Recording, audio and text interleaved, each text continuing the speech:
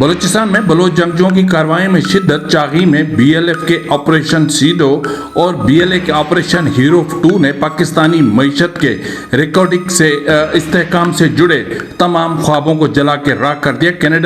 Canadian فرم barrack mining کے ایک ہی بیان نے بلوچستان میں غیر ملکی سرمایہ کاری کے سارے راستے بند کر دیے۔ اس کا مطلب یہ ہے کہ بلوچستان میں کچھ بھی ہوگا تو وہ صرف بلوچ عوام کی مرضی سے ہی ہوگا۔ اس کے علاوہ آج کے ولاگ میں ہم بات کریں گے بلوچستان میں عالمی سرمایہ کاری کا راستہ بند کرنے میں گوریلا وارفیئر کا بڑا کردار ہے یا میڈیا وارفیئر کا۔ اب بلوچ جنگجوؤں کی حکمت عملی کیا ہو سکتی ہے؟ اس کے علاوہ اہم ترین معاملہ ہے جنیوا، جہاں جنیوا میں گونجتے بلوچستان کے مسائل بالآخر دنیا کی توجہ حاصل کرنے میں کامیاب ہو گئے ہیں۔ جنگوں کے ایشوز میں چھپی حکومت کیا اب بلوچستان کے حوالے سے دنیا کے چبھتے سوالوں کا سامنا کر پائے گی؟ آج کے ولاگ میں شامل کریں گے کچھ ایسی دردناک خبریں کہ انسانیت بھی شرما جائے۔ بلوچستان کی ہر خبر سے باخبر رہنے کے لیے جڑے رہیے فروز NB نیوز سے۔ بسم اللہ الرحمن الرحیم۔ السلام علیکم ناظرین، یہ فروز NB نیوز، میں ہوں آپ کا میزبان نواز بھٹو ایک نئے ولاگ کے ساتھ۔ آپ سے وہی گزارش کہ ابھی تک اگر آپ نے میرے چینل کو سبسکرائب نہیں کیا تو کر لیں، آپ بھی کریں، اپنے دوستوں اور رشتہ داروں سے کہیں کہ وہ بھی میرے چینل کو سبسکرائب کریں، لائک کریں، شیئر کریں تاکہ میری ریچ میں اضافہ ہو سکے۔ ناظرین، یہ حقیقت ہے کہ اگر اس وقت کی موجودہ جو حکومت ہے وہ اگر بلوچستان سے دستبردار ہوتی ہے تو ملک ٹوٹ جاتا ہے، اور اگر بلوچستان میں اس کو ساتھ رکھنے کے حوالے سے جس انداز میں حکومت نے پالیسی اختیار کر رکھی ہے، اس پالیسی کو جاری رکھتی ہے تو بھی ملک کو بچانا آگے چل کر بہت ہی مشکل ہوگا۔ اس وقت تک حکومت ایشوز کی آڑ میں چھپتی رہی اور پھر بیانیے کی آڑ میں چھپنے کی کوشش کرتی رہی کہ بلوچستان میں جو بھی کچھ ہو رہا ہے وہ انڈین پراکسی، را پراکسی اور پھر اسرائیلی پراکسی کی توسط سے ہو رہا ہے۔ لیکن جنیوا سوئٹزرلینڈ میں جو کچھ ہوا یا جس انداز میں اقوام متحدہ کی انسانی حقوق کونسل کے سیشن میں جس انداز میں بلوچستان کے ایشوز کو ایڈریس کیا گیا، یا اس کے بعد پھر بلوچ نیشنل موومنٹ BNM نے اقوام متحدہ کی انسانی حقوق کونسل کے 61ویں اجلاس کے موقع پر جنیوا میں اپنے 11ویں بین الاقوامی کانفرنس کا انعقاد کیا، جس میں بلوچستان میں انسانی حقوق کی جاری صورتحال کی طرف توجہ مبذول کروائی۔ اس کانفرنس میں اب دنیا بھر سے تعلق رکھنے والے انسانی حقوق سے جڑی اہم ترین شخصیات نے شرکت کی، اور پھر اس میں جس انداز میں پریزنٹیشن دی گئی یا جس انداز میں بلوچستان سے جڑے حقائق کو رکھا گیا اور جس طریقے سے بلوچستان میں جاری ریاستی مظالم سے پردہ اٹھایا گیا، اس کے بعد میں سمجھتا ہوں کہ دنیا میں پاکستان کے لیے بلوچستان سے متعلق چبھتے سوالات کے جواب دینا اب زیادہ مشکل ہو جائے گا، کیونکہ حکومت کو عادت ہے ایشوز میں چھپنے کی، اور اگر ایشوز نہیں کریٹ ہوتے تو سیلف کریٹڈ ایشوز کے پیچھے بھی حکومت چھپ جاتی ہے تاکہ کسی چیز کا سامنا نہ کرنا پڑے۔ اسی طرح پچھلے دنوں آپ نے دیکھا ہوگا کہ HRCP یعنی human rights commission of Pakistan کی طرف سے بھی کوئٹہ میں ایک ورکشاپ منعقد ہوا تھا، جس میں بلوچ کے مسائل پر تفصیل سے روشنی ڈالی گئی اور ایک ایشو کو اچھے طریقے سے نہ صرف ایڈریس کیا گیا بلکہ پوری دنیا کے سامنے اجاگر کرنے کی کوشش کی گئی۔ تو اس سے یہ اندازہ لگایا جا سکتا ہے کہ اس وقت بلوچستان دنیا کا ایشو بنتا جا رہا ہے، یعنی انسانی حقوق سے جڑا ایک ایسا ایشو کہ جس کی طرف اب دنیا متوجہ ہونا شروع ہوئی ہے، یا جس طرح انسانی حقوق کونسل میں اقوام متحدہ میں جاپانی مندوب نے جس تفصیلات کے ساتھ، جن اعداد و شمار کے ساتھ بلوچستان کے مسائل پر روشنی ڈالی، اس کے بعد میں سمجھتا ہوں کہ اب ریاست کے حوالے سے یا ریاست کو بلوچستان کے حوالے سے پالیسی کی جو چیزیں ہوتی ہیں، پالیسی میکنگ ہوتی ہے، یا اس کو ریوزٹ کرنا ہوگا، یا پھر اس حوالے سے بلوچستان سے سرنڈر کرنا ہوگا، اور یہ دونوں معاملات ریاست کے لیے بہت ہی زیادہ مشکل ہیں، کیونکہ اس وقت اگر ہم دیکھیں تو بلوچستان ایک بہت ہی تکلیف دہ حالات سے گزر رہا ہے۔ اگر اس وقت کی میں بات کروں تو اس وقت میرے سامنے ایک سب سے بڑی دردناک خبر موجود ہے، وہ یہ ہے کہ voice for Baloch missing persons, یعنی وہ آواز جو لاپتہ بلوچ افراد کے حوالے سے اٹھتی ہے، اس کے جو سربراہ ہیں نصر اللہ بلوچ، ان کا بھتیجا ایک دوست کے ساتھ جا رہا تھا اور اس کو جبری گمشدگی کا نشانہ بنایا گیا ہے۔ نصر اللہ کے مطابق محمد ادریس آج صبح تقریباً 10 بجے اپنے دوست جاوید کے ساتھ گھر سے نکلا تھا، جس کے بعد سے دونوں کا کسی سے کوئی رابطہ نہیں ہو پا رہا اور یہ ایسا محسوس ہو رہا ہے کہ انہیں جبری طور پر لاپتہ کیا گیا، جبکہ نصر اللہ کا جو نظریہ ہے یا جو سوچ ہے وہ یہ ہے کہ ہم سمجھتے ہیں کہ بلوچستان کے مسائل کا حل آئین کی بالادستی، قانون کی پاسداری اور انسانی حقوق کے احترام میں ہے، نہ کہ ماورائے آئین اقدامات میں۔ ایسے اقدامات سے مسائل بڑھتے ہیں، اس لیے تمام فیصلے آئینی دائرے میں رہ کر کیے جانے چاہیے۔ واضح رہے کہ جبری گمشدگیوں کے خلاف voice for Baloch missing persons کے زیر اہتمام قائم دنیا کے طویل اور پرامن احتجاجی کیمپ کو کوئٹہ پریس کلب کے سامنے منعقد ہوئے 6117 دن ہو چکے ہیں۔ تو یہی وجہ ہے کہ پچھلے دنوں ایک ایشو ہوا تھا، اس میں ایک بچے کو لاپتہ کیا گیا تھا، تو اس کے حوالے سے جب اس بچے کے ورثاء نے احتجاج کیا اور سی پیک کو بند کیا تو اس بچے کی مسخ لاش ان کے حوالے کی گئی۔ تو اسی طرح ایک اور چیز ہوئی ہے، وہ دکی میں ہوئی ہے، جہاں لوئی کے علاقے کلی بختیار خان میں پولیس اور اپنا اے ٹی ایف کی کارروائی میں ایک فائرنگ ہوئی۔ فائرنگ کے تبادلے میں مبینہ طور پر 2 دہشت گرد مارنے کا دعویٰ کیا گیا ہے، جن میں ثناء اللہ ولد ہیبت مری اور جمالہان ولد دولت عرف دولے مری شامل ہیں، جبکہ بلوچستان کے ضلع سوراب کے علاقے غدر میں ایک فارم ہاؤس پر نامعلوم مسلح افراد کی جانب سے دستی بم حملہ کیا گیا۔ دھماکے میں کم از کم فورسز کے 2 اہلکاروں کے زخمی ہونے کی اطلاعات موصول ہوئے، جبکہ بلوچستان کے علاقے قلعہ عبداللہ ٹاؤن میں فائرنگ سے اپنا ایس ایچ او قلعہ عبداللہ علی محمد کاکوزئی شدید زخمی ہو گئے ہیں، جنہیں طبی جس کو تشویشناک حالت میں کوئٹہ منتقل کیا گیا۔ اس کے علاوہ بی ایل اے نے ڈیتھ اسکواڈ کے کارندے یاسین عرف بہادر کو بلوچ کاروں و تحریک دشمن سرگرمیوں میں ملوث ہونے کی بنا پر اس کو قتل کر دیا ہے اور اس کی ذمہ داری قبول کی ہے۔ تمب کے علاقے ملانٹ سے بھی ایک لاش برآمد ہوئی ہے، جس کی شناخت نادل ولد رحم دل سکنا کونشلاک تمب کے نام سے کی گئی ہے، جبکہ ہب چوکی میں ایک اور دردناک سانحہ رونما ہوا ہے، جہاں گردوں کے ایک مریض طالب علم کو دوسری مرتبہ جبری گمشدگی کا نشانہ بنایا گیا، جس کی شناخت جو ہے وہ طالب علم عابد بلوچ ولد خالد بلوچ کے نام سے ہوئی ہے، جو 16 دسمبر 2022 کو بھی وہ کراچی سے اپنے گردوں کے علاج کے دوران ان کو جبری طور پر لاپتہ کیا گیا تھا، اور پھر سوراب میں عبداللہ بلوچ کو فیڈرل کانسٹیبلری کے اہلکاروں نے گولی مار کر قتل کر دیا، اور بلوچستان کے ساحلی علاقے اورماڑا میں مسلح حملہ آوروں کے حملے میں پاک فوج کی 23 سندھ ریجمنٹ کے لانس نائک عمیر عباس ان کے قتل کرنے کا بھی ان کی بھی لاش ملنے کا دعویٰ سامنے ہے۔ پھر تربت سے برآمد ہونے والی ایک لاش کی تو شناخت ہو گئی ہے، تاہم ایک اور لاش بھی برآمد ہوئی۔ 17 سالہ یاور حبیب ولد حبیب کی لاش پسنی روڈ پر بانک چڑھائی کے قریب سے برآمد ہوئی ہے۔ مقتول کو 16 جون 2025 کو سپہر تقریباً 3 بجے بلوچستان ہائی کورٹ تربت سے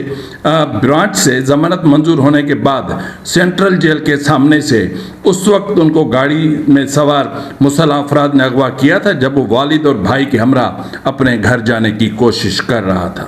اس کے علاوہ تربت 4 سر کے رہائشی اسرار ولد ماسٹر طارق کی لاش کساک ایریا سے برآمد ہوئی ہے۔ اسرار طارق بلوچ کو 4 مہینے قبل سرکاری اہلکاروں نے چاہ سر کے ہوٹل سے حراست میں لے کر لاپتہ کر دیا تھا، جبکہ ایک اور نوجوان کی بھی وہیں سے لاش ملی ہے۔ تو یوں سمجھ لیں کہ بلوچستان اس وقت مقتل گاہ بنا ہوا ہے، اور ریاستی اداروں اور پھر ریاستی ڈیتھ اسکواڈ نے بلوچستان کو ڈیتھ اسکواڈ میں یا بلوچستان کو مقتل گاہ میں تبدیل کر دیا ہے۔ تو اس طرح میں نے ابتدا میں ہی کہا تھا کہ بلوچستان میں بلوچ جنگجوؤں کی کارروائیوں میں شدت جاری میں، جس طرح آپ نے دیکھا ہوگا کہ بی ایل ایف نے سیدھو آپریشن کیا اور فدائی حملے کیے، اور اس کے بعد پھر دسمبر کی بات ہے، اور پھر بی ایل اے نے آپ کو پتا ہے کہ ہیرو 2 آپریشن کیا، جس نے بلوچستان میں 18 شہروں پر بیک وقت قبضہ کیا تھا۔ اس حوالے سے ریکارڈنگ منصوبہ جو بیرک گولڈ نے وہاں پر جو ان کے پاس ہے، تو انہوں نے سیکیورٹی خدشات کے باعث کام کی رفتار سست اور جائزے میں توسیع کا اعلان کر دیا ہے۔ $140 ارب کا مقروض ملک، جس کی حکومت نے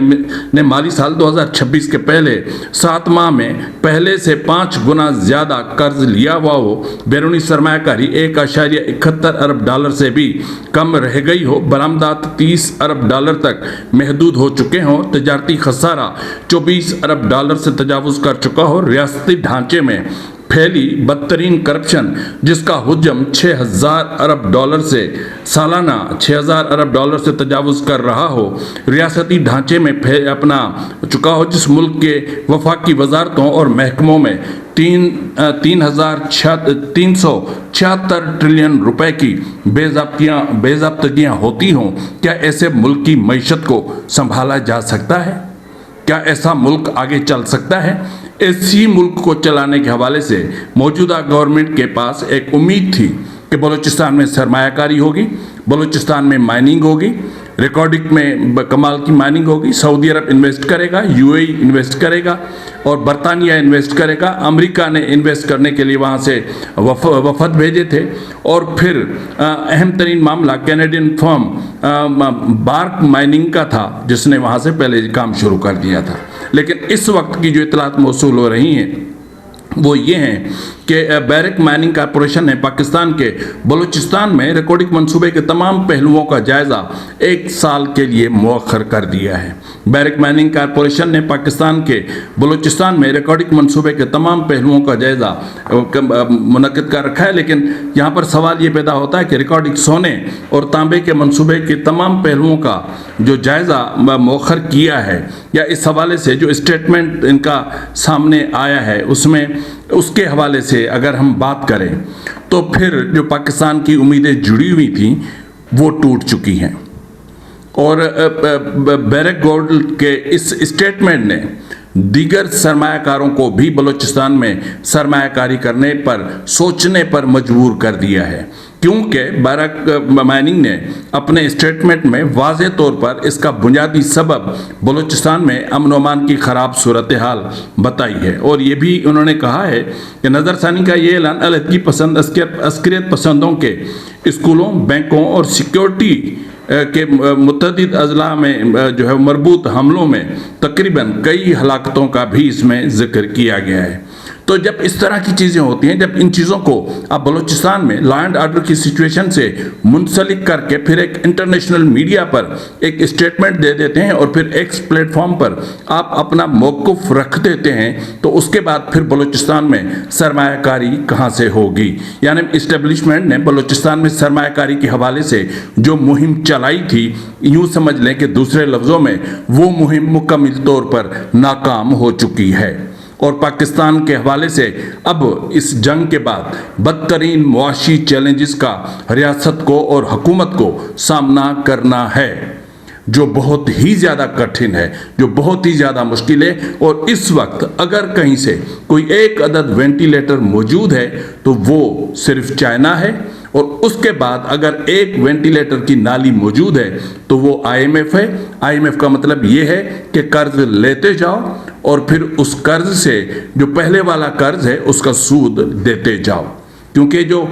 جو پاکستان کی معاشی صورتحال ہے، جو کرپشن کی صورتحال ہے، جو درآمدات کا معاملات ہیں، یہ ساری چیزیں میں نے آپ کے سامنے رکھی ہیں۔ تو اس کے بعد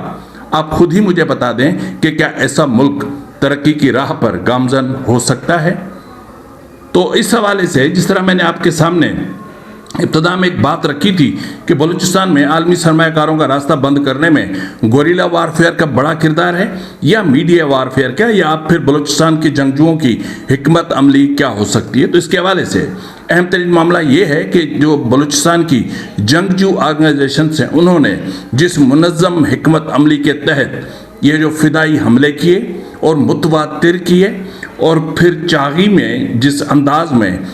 سیدو آپریشن کے تحت وہاں پر فدائی حملہ کیا گیا، اور اس کے بعد پھر جس طریقے سے گوریلا کاروائی کی گئی، اور پھر ہیروف 2 میں جتنی بھی کاروائیاں ہوئیں، اس کے حوالے سے جس انداز میں دونوں جنگجو آرگنائزیشنز نے سوشل میڈیا پلیٹ فارم کا سہارا لیا، یا جس منظم طریقے سے اپنے بیانیے کو دنیا تک پہنچایا اور دنیا کو آگاہ کیا کہ بلوچستان میں بلوچ کی مرضی کے بغیر سرمایہ کاری نہیں ہو سکتی، یا کوئی بھی اس وقت اگر بلوچستان میں زبردستی، مثال کے طور پہ سی پیک کے پروجیکٹ ہیں یا دیگر پروجیکٹ ہیں، ان کے حوالے سے، یا پھر ریکارڈنگ کے معاملات ہیں، اس کے حوالے سے اگر اس میں بلوچ عوام کی رضامندی شامل نہیں ہے تو زبردستی ان منصوبوں پر عمل درآمد نہیں کروایا جا سکتا، اور اگر کروایا جاتا ہے تو پھر جو وہاں پر سرمایہ کاری کرنے آ رہے ہیں، باقاعدہ اس حوالے سے بی ایل ایف نے تفصیلی پالیسی اسٹیٹمنٹ جاری کیا تھا، جس میں پوری دنیا کو آگاہ کیا تھا کہ بلوچستان میں سرمایہ کاری کرنے کے لیے ضروری ہے کہ پہلے بلوچستان کی آزاد حیثیت کو تسلیم کیا جائے، اور پھر باحیثیت بلوچستان ایک آزاد حیثیت کے پھر ان کے جو سیاسی جو اسٹیک ہولڈرز ہیں ان کے ساتھ نیگوشیٹ کیا جائے، اور ان کی رضامندی کے ساتھ ہی بلوچستان میں سرمایہ کاری ہو سکتی ہے، بصورت دیگر بلوچستان میں سرمایہ کاری نہیں ہو سکتی۔ تو گوریلا وارفیئر تب ہی پراسر ہوئی جب اس کا جو میڈیا وارفیئر تھا، جب اس کا درست صحیح سمت میں منظم طریقے سے اور بھرپور انداز میں استعمال کیا گیا۔ اب آگے کی حکمت عملی جہاں تک میرے ذرائع مجھے بتا رہے ہیں وہ یہ ہے کہ اس وقت اب آگے جو بھی چیزیں ہوں گی وہ under the umbrella of brass ہوں گی، یعنی براس جو جنگجوؤں کی تنظیموں کا ایک اتحاد ہے۔ اب جو بھی فردر جو معاملات ہوں گے وہ براس کے تحت ہی ہو سکتے ہیں۔ ہاں البتہ جو چھوٹی چھوٹی کاروائیاں ہیں وہ براس کے بغیر ہو سکتی ہیں، وہ ہر تنظیم اپنے طور پر کر سکتی ہے، لیکن اگر کوئی بہت بڑا آپریشن جس طرح ہیروف 2 تھا، یا ہیروف 2 کا پارٹ 2 کرنا ہے، یا پھر سیڈو آپریشن کو مزید بڑھانا ہے، تو پھر اس کے لیے آپ کو براس کی امبریلا کے نیچے آنا ہوگا، اور ایک منظم اور ایک مکمل پوری طاقت، پوری قوت، اور پھر پوری ایک مربوط حکمت عملی کے ساتھ کیا جائے گا، اور اس حوالے سے رابطے بھی چل رہے ہیں۔ فی الوقت کے لیے اتنا ہی، ملتے ہیں اگلے پروگرام میں، تب تک اجازت دیجیے، فی امان اللہ۔